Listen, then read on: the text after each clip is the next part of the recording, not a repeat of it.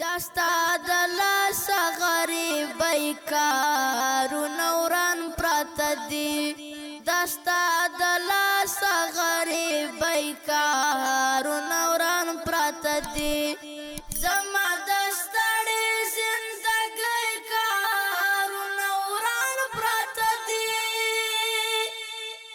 دستا د لاسه غریبۍ کارونه وران پراته دي دستا د لاسه غریبۍ کارونه وران پراته دي زما د سلامونه دوستانو، الله دې چې جوړ روغ اوسئ. دغه یو ماشومه ده، دغه یې انۍ ده.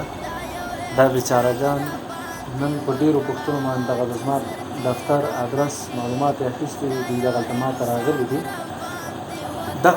دغه ماشومه ده، دا بیچارګۍ د دې پلار شهید شوی ده. دا همداسې څوک سرپرست نه لري چې مقصد د دوی پالنه د دوی ساتنه وکړي. دا مورکۍ بیچاره خپله مریضه ده، هغه نقصې دي، دوايانې دي. مورکۍ څه مشکلات لري مورجان؟ زه یې مریضه یم، بې سرپرسته یم، کور کې چې نه لرم، زوی مې نشته ده، یو زوی مې ده و هغه هم خدای رانه واخیسته، خاوند مې شهید ده، بل زوی نه لرم، څوک نه لرم، یو مې دغه ماسۍ ده، یوه زه یم په کور کې د اورندار سره کښېنو، د دوا پیسې نه لرم، د 4 میاشتو کرایه راباندې راوښتې، د کور صاحب راغله کرایه راښې راکړه که نه یې وځه ویلې کوره ټولې نفسي جمله مورې مې ناستې ډاکټرانو منې کړي یم، کار نه شم کولی، د خلکو خدمت به مې کوم، یو څه به مې لاسته راوړو، کور ته به مې راوړو، اوس هېڅ هم نشته د خدای ویلې ته ناست یم، ژمی را روان ده، سخته یخ را روان ده، پروس کال یې ژمی مې ټول په یو بشکه باندې، په بشکه کې به مې لږ اوبه تودې کړې، موږ به ورته کېناستلو، ما دا او ماسۍ مې وخپله ده.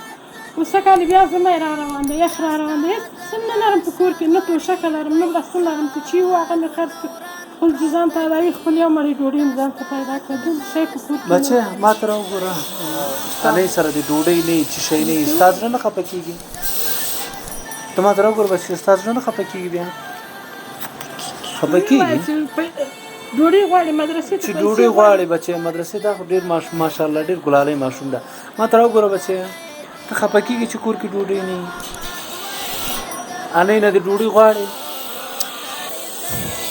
مدرسې ته 50 روپۍ مدرسې ته فیس غواړي، 50 روپۍ ماجد ته فیس غواړي، نه نه یې تا سره؟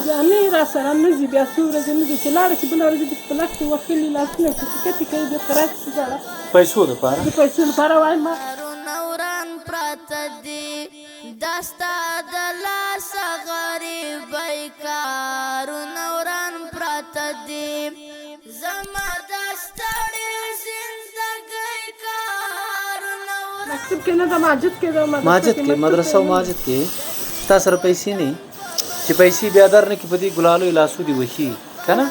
اخلي د دې وطن په بربادۍ کې هر څوک برخه اخلي، خو دا وطن د آبادۍ کارونه وران پراته دي دستا د لاسه غریبۍ کارونه وران پراته دي دستا د لاسه غریبۍ کارونه وران پراته دي زما د ستړې زندګۍ کارونه وران پراته دي.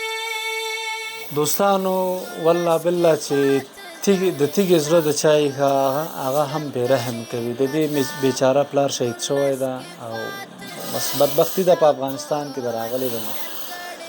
مدرسې ته چې ځي، ماجد ته چې ځي، د دې نه زما په خیال د هفتې 50 روپۍ غواړي، هغه فیس دې سره نه وي، دا بیا ماجد ته نه ځي.